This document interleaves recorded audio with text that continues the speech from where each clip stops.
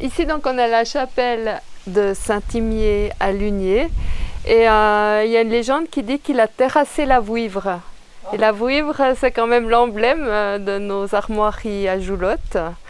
Cet animal fantastique qui rampe sur la terre, qui vole dans les airs, qui plonge dans les rivières et qui ne crache pas du feu, contrairement à son ami le dragon, mais qui peut faire déferler des orages.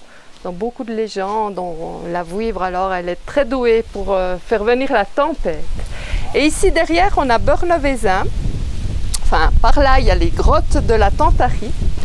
Et la Tantarie, elle, on l'appelle tante comme si elle faisait partie de la famille, mais c'est une fée et qui a toutes sortes de facettes. Et entre autres, justement, elle peut se transformer en vouivre. Mais l'histoire que je vais vous raconter, elle est liée à son côté qui est plus connu à Beurnevézin, c'est la fileuse, justement. Tirez la laine, peignez la laine, filez la laine, tissez la laine. À Beurnevézin, c'était pendant l'été de la Saint-Martin, entre justement les grottes de la Tantarie, le château de Beurnevézin, dont aujourd'hui on ne connaît que l'emplacement, dont il ne reste rien, et l'église Saint-Jacques, sur la place du village, le crieur annonce « Oyez, oyez, braves gens !» Roulement de tambour « Oyez, oyez, braves gens !» La Tantarie annonce que le 1er mai à sa grotte, la fille du village de Beurnevézin qui amènera la plus belle quenouille qu'elle aura confectionnée cet hiver sera fortement récompensée. Oyez, oyez, braves gens! Dès cet instant, c'était comme si Noël était demain. Les enfants étaient fins, excités, couraient et criaient dans tous les sens. Les femmes discutaient recettes, s'affairaient, pensaient aussi aux chants. Les hommes commençaient de se demander comment installer une fête devant les grottes. Peut-être que si le temps était mauvais, il faudrait installer une bâche et puis comment dresser les tréteaux. Les adolescents, les garçons, eh bien, ils étaient tout émoustillés en imaginant que peut-être leur belle serait celle qui serait récompensée. Et les filles, elles se sont mises à filer. Alors pour une fois, elles se sont toutes mises à filer pendant tout l'hiver, comme jamais elles n'ont filé. Sauf Guylaine. Guylaine la vilaine, qu'on l'appelait d'ailleurs. Non pas qu'elle avait une figure vilaine, elle était à Joulotte, comme je vous ai expliqué. Mais elle avait mauvais caractère, vraiment. C'est que c'était la fille du seigneur de Beurnevézin, et peut-être, enfin certainement qu'elle avait été beaucoup trop gâtée depuis le jour de sa naissance, et elle était vraiment vilaine de caractère. Et elle avait décidé qu'elle gagnerait son concours, mais qu'elle ne travaillerait pas. Elle a pensé, je vais aller trouver Perrine. Perrine, qui est l'aînée d'une douzaine d'enfants de paysans, qui a perdu sa mère et qui a pris son rôle et qui travaille assidûment.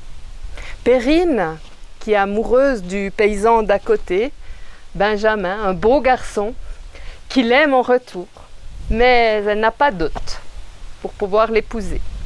Et Perrine, qui est reconnue pour être très bonne fileuse. Elle est allée la voir, elle a frappé la porte, elle lui a proposé une bourse avec des pièces. Et Perrine, quand elle a vu cet argent, bien sûr, elle a pensé qu'elle avait déjà commencé sa quenouille. Elle avait très envie, elle aussi, de participer au concours.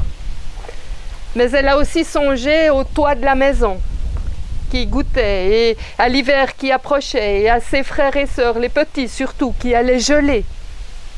Elle a choisi d'être raisonnable. Elle a pris la bourse de pièces en échange de confectionner une quenouille pour Guylaine. Elle a pu réparer le toit de la maison. Et les filles ont continué de filer. Et le printemps est arrivé. Le long de la vendeline de la rivière, les jonquilles, les narcisses, les reines des prés, ça sentait bon. Et le 1er mai est arrivé, encore plus fleuri, et il faisait grand beau temps. Alors on avait dressé des tréteaux dans les champs. Au bout de chaque table, il y avait une barrique de vin qui coulait à flot. sur les tables à manger à foison toutes sortes de succulents repas. Les femmes chantaient, il y avait de la musique, les enfants couraient, bousculaient les personnes âgées qui bougonnaient. Et les garçons, ils regardaient les chevilles dénudées des jeunes filles. Et les filles, elles tenaient précieusement leurs quenouilles. Sauf Perrine qui n'avait pas de quenouille, mais qui était là pourtant. Elle avait les yeux rouges, les traits tirés. Elle semblait avoir beaucoup travaillé cet hiver particulièrement. Et Benjamin qui la contemplait, il songeait qu'elle était très jolie, même avec cet état de fatigue. Et Guylaine est venue près de Benjamin, il l'a abordé. Perrine n'a pas bronché. La tante Harry est apparue à ce moment-là, dans sa grotte, avec sa robe blanche, sa couronne de lierre sur la tête, sa serpette d'or. Et elle a appelé les jeunes filles à venir leur présenter leurs quenouilles. Elles ont commencé de défiler. Aucune ne s'est déplacée pour rien parce que la tante Harry était de très bons conseils. À chacune d'entre elles, elle leur fait des recommandations. Arrive le tour de Guylaine. La quenouille s'en mêle, se noircit et tombe à terre. La tante Harry lui dit « Guylaine, tu as triché, tu vas rentrer chez toi. » Ouh, elle a serré les poings, elle avait la rage dans la mâchoire, dans les yeux rougeoyants et a tourné le dos. Il paraît qu'on ne l'a pas revue au village jusqu'à l'été d'après. Et voici que Perrine se présente. Elle avait bien caché son jeu. Elle avait réussi à confectionner 2 quenouilles cet hiver-là, en travaillant jour et nuit. La tante Harry a contemplé cet ouvrage.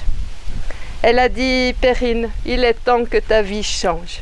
Ton moment est venu, c'est ton tour.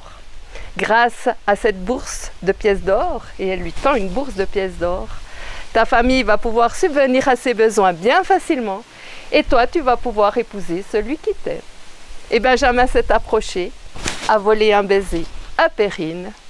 Et le lendemain déjà, dans l'élan de la fête, les cloches du village de Beurnevezin, de l'église Saint-Jacques, sonnaient à toute volée pour annoncer le mariage de Perrine et de Benjamin. Tirez la laine, peignez la laine, filez la laine, tissez la laine. C'est trop chou.